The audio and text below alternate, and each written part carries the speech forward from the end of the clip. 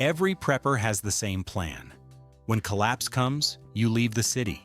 You head to your rural retreat. You get away from the population density and the violence and the chaos. The city is a death trap. Rural is safety. This is prepper gospel. This is accepted wisdom. Bug out to the countryside and survive while the city dwellers kill each other over scraps. And in 4 specific collapse types, this plan gets you killed while the people who stayed in cities survive.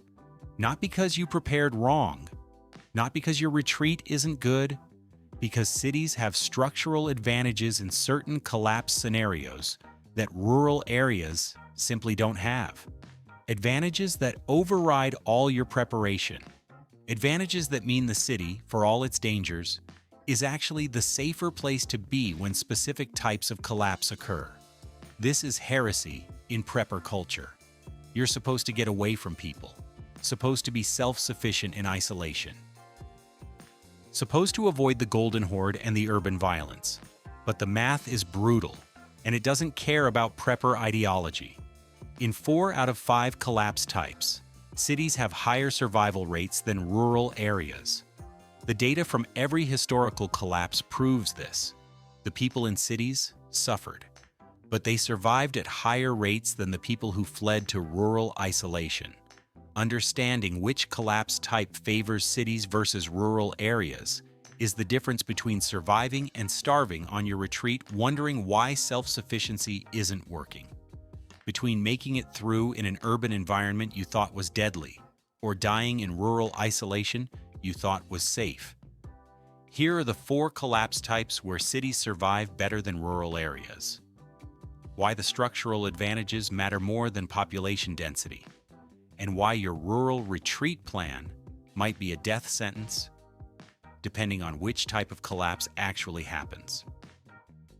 Collapse. Type 1. Economic collapse. Cities have economies, rural has nothing.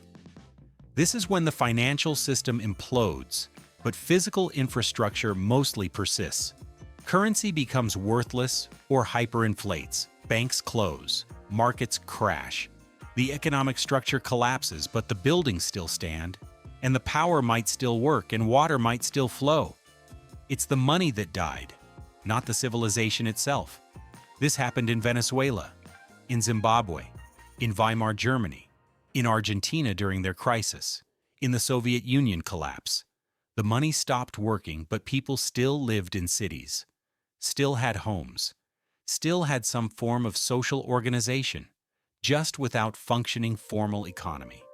In economic collapse, cities survive better because cities are where economic activity concentrates, always.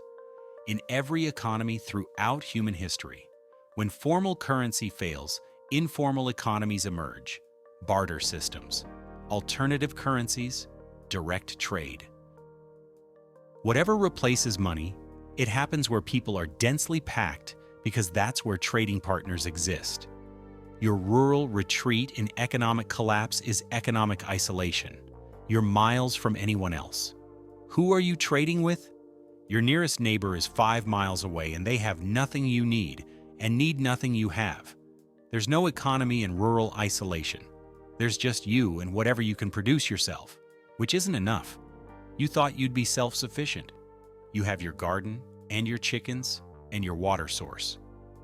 But self-sufficiency is a fantasy. You can't grow all your food. You can't make all your tools. You can't produce all your necessities. Nobody can. Humans survive through economic specialization and trade.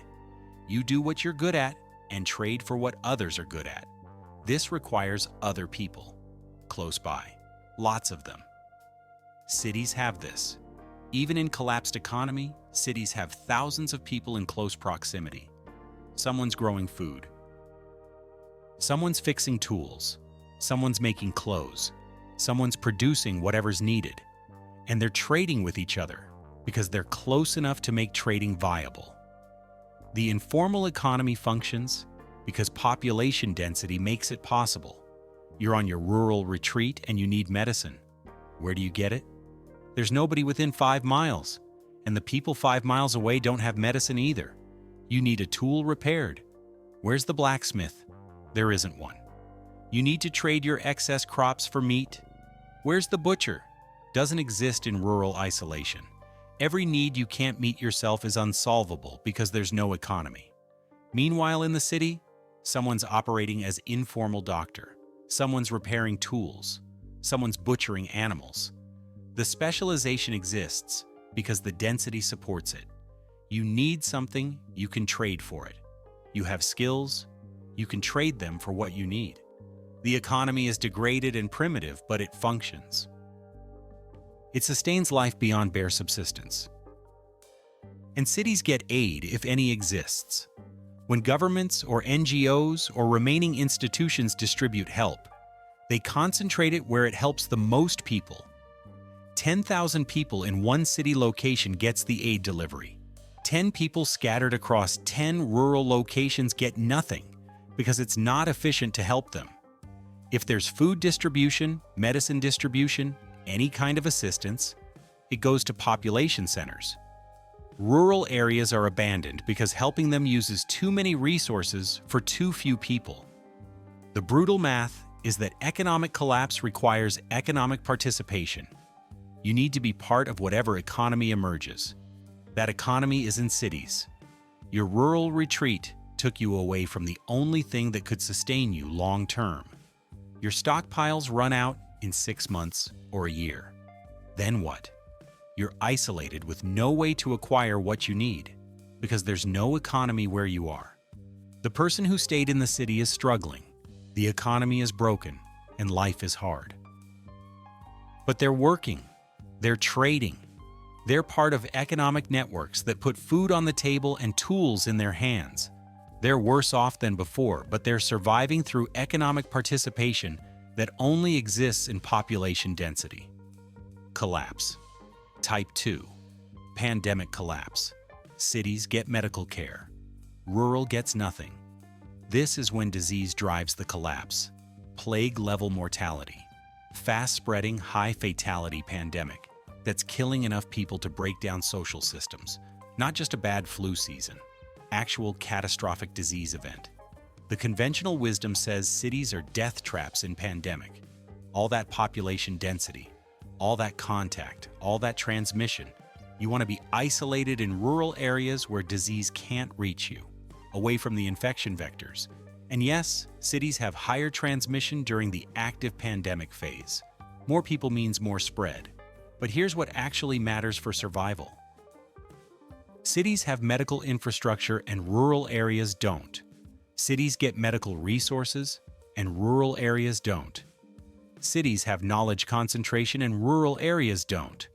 When pandemic hits, whatever medical system still functions concentrates in cities. The doctors are in cities. The nurses are in cities. The medical facilities are in cities. If there's any treatment, any care, any medical knowledge being applied, it's happening in population centers. Rural areas have nothing. Maybe a country doctor if you're lucky. Probably not even that. You're on your rural retreat and you get the disease. Or your family member does. What's your medical intervention? Nothing. You have no training. You have limited supplies. You have no support. You watch them die because you have no capability to help them. The disease kills them and you're helpless. In the city, there's at least a chance. Maybe there's a makeshift clinic operating. Maybe there's someone with medical knowledge trying to help. Maybe there's pooled medical supplies. It's not good. People are dying in cities too.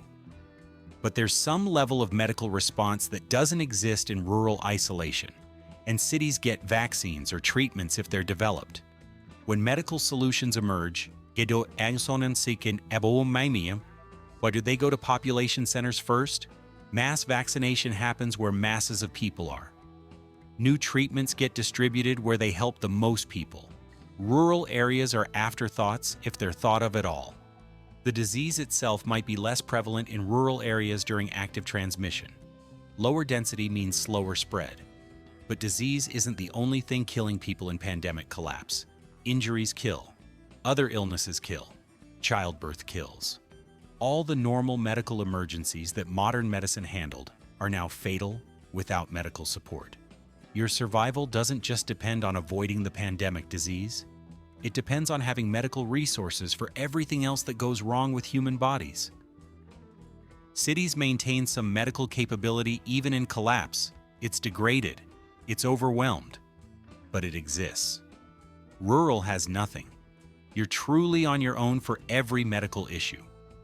The broken leg that would be uncomfortable in a city with medical care is fatal in rural isolation with none. And here's the thing about pandemics. They end. 6 months to 2 years, typically.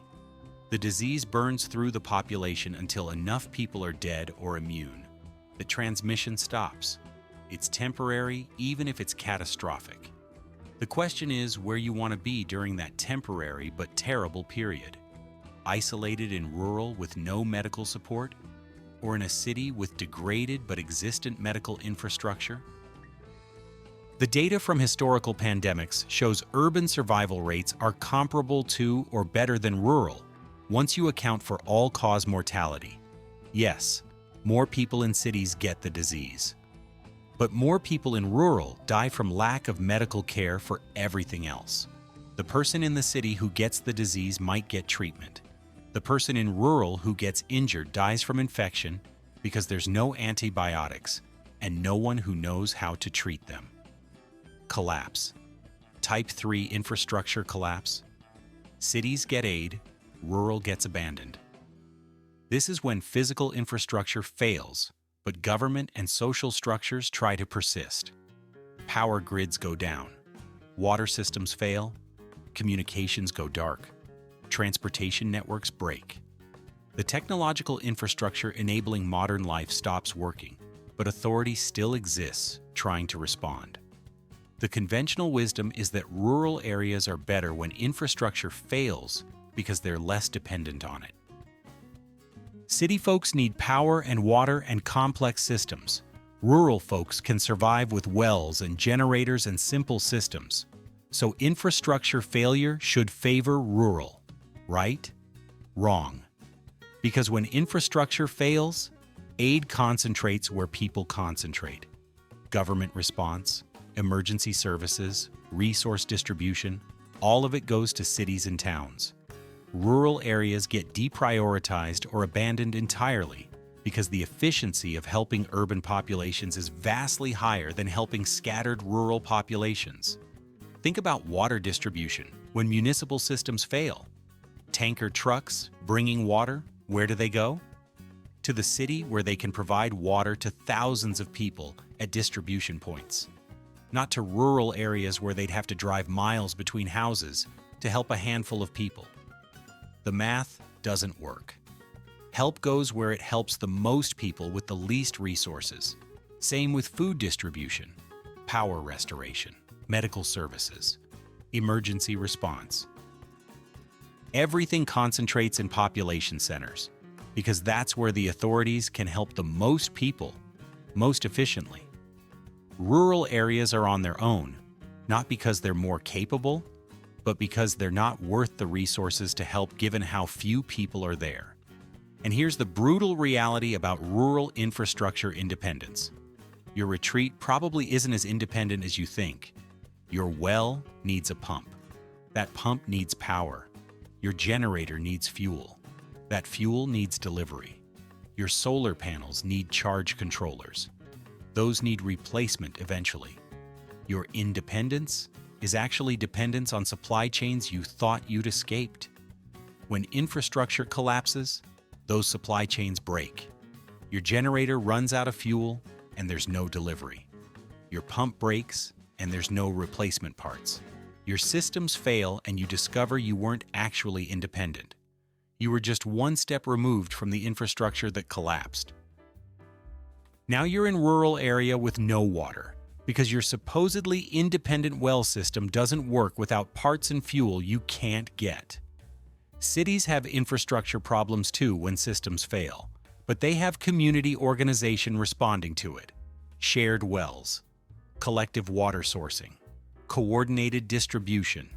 When thousands of people have the same problem, They organize solutions collectively. You're in rural isolation with the same problem and nobody to help you solve it. And cities are where repair knowledge concentrates. The people who can fix systems are in cities, the engineers, the technicians, the skilled labor. When infrastructure needs repair, cities have people who might be able to do it. Rural has you, and you probably don't know how to fix a well pump or repair electrical systems or solve complex infrastructure problems. The person in the city is getting water from tanker deliveries and shared wells. They're getting food from distribution points. They're part of community organization that's solving infrastructure problems collectively. It's not comfortable, it's hard work, but they're surviving through collective response. You're in rural isolation, and your systems have failed, and there's no help coming, and you don't know how to fix it. You thought independence meant safety. It meant isolation when you needed support most. Collapse. Type 4 social collapse. With partial government, cities get control, rural gets chaos. This is when government weakens or fragments but doesn't completely disappear. Authority is degraded, but it still exists in some form. Law enforcement is spotty but not entirely gone. Some government functions persist while others fail. This is partial social collapse, not total breakdown. The conventional wisdom says get away from government when government is failing. Get to rural areas where your outside authorities reach. Freedom in the countryside while cities are controlled. But here's what actually happens in partial social collapse. Cities develop territorial control while rural areas become ungoverned chaos. Gangs or militias or remaining police establish control over urban areas. It's brutal control. It's not fair or just, but it's organized. There are rules even if they're harsh rules. There's structure even if it's corrupt structure. Rural areas become operational space for armed groups that don't control territory. Bandits, raiders, militants using the countryside as base because nobody controls it. The lack of government that seems like freedom is actually maximum danger. No one's maintaining order. No one's preventing violence. No one's establishing any kind of rules. It's pure power dynamics with no mitigating authority. Your rural retreat in partial social collapse is isolated and vulnerable. You can't defend it alone against groups. You don't have the numbers. When armed group finds you, they either take everything, or they force you out, or they kill you. You prepared a retreat and delivered it to whoever was willing to use violence to claim it. Cities are controlled, but that control provides survival. You're under gang authority or militia control or corrupt police. You're paying tribute. You're following harsh rules. You're not free, but you're alive. The group controlling your area needs the population. They're extracting resources or labor. They maintain enough order to keep their territory functional because chaos doesn't benefit them. This is organized crime versus chaos. Both are bad. But organized crime has incentive to keep you alive and productive. Chaos has no such incentive. The gang controlling your urban neighborhood is brutal, but they don't want you dead. They want you working and producing and providing value. The raiders in rural areas want what you have and don't care if you live or die getting it. And cities have defensive advantages when partial government exists. Whatever law enforcement remains operates in cities. Whatever government services persist operate in cities. If there's any rule of law anywhere, it's in population centers, not in rural areas. Your rural retreat is outside even the degraded protection that partial government provides. The tactical reality is that defending rural property against organized groups is impossible for individuals or small families. Cities have numbers. Neighborhoods can organize defense, collective security, shared watch rotations. Many people defending territory together. You're alone on your property against any group that decides you're worth hitting. And if you're trying to join with rural neighbors for defense, you're creating a population center. You're reinventing the city on smaller scale. Multiple families defending together, sharing resources, organizing collective security. Congratulations, you've created a town. Which is what cities are. Concentrated population for mutual benefit. You left the city to avoid people, and you're recreating the city because concentrated population is how humans survive. The person in the city under gang control is not free. They're not safe. They're not comfortable, but they're alive. And they're part of structure that has some stability. You're in rural isolation fighting chaos alone and losing because you don't have the numbers to win. The one type. Where rural wins, total social collapse or environmental. There are collapse types where rural areas have advantage. Total social collapse, where government completely disappears and cities become war zones fought over by warlords. Or environmental collapse, where the city location becomes uninhabitable. These are the scenarios where your rural retreat makes sense. Total social collapse with no authority anywhere and complete breakdown. Cities become battlegrounds. Armed groups fighting each other for control. Constant violence, no stability. In this scenario, being away from the fighting is advantage. Rural isolation means you're not in the war zone. This is the Mad Max scenario where cities are to be avoided. Or environmental collapse, where the city's environment is the threat. Flooding coastal cities, nuclear contamination, chemical disasters, drought making the city location unsustainable. When the environment itself in the city is lethal, rural areas with different environmental conditions have advantage. But these are specific scenarios, not the default, not even the most common. Most collapses are economic or pandemic or infrastructure or partial social. The collapse types where cities have structural advantages. Your rural retreat plan optimizes for the minority of scenarios while leaving you vulnerable in the majority. Why prepper culture gets this wrong. The rural retreat orthodoxy exists for psychological reasons, not strategic ones. It feels right even when the math says it's wrong. You're away from the masses, away from the chaos, away from the danger.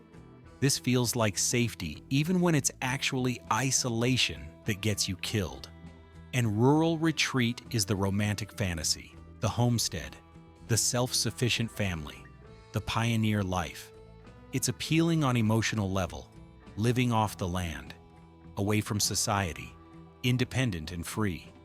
This narrative is more satisfying than stay in the city and participate in degraded economy, even though the latter is the survival strategy that actually works in most scenarios. The prepper industry markets rural retreats, land sales, retreat properties, bug-out preparation. There's entire economy around selling rural land to preppers. This creates bias toward rural as solution regardless of whether rural actually works. The people selling retreat property aren't going to tell you that you're better off in cities in most collapse types.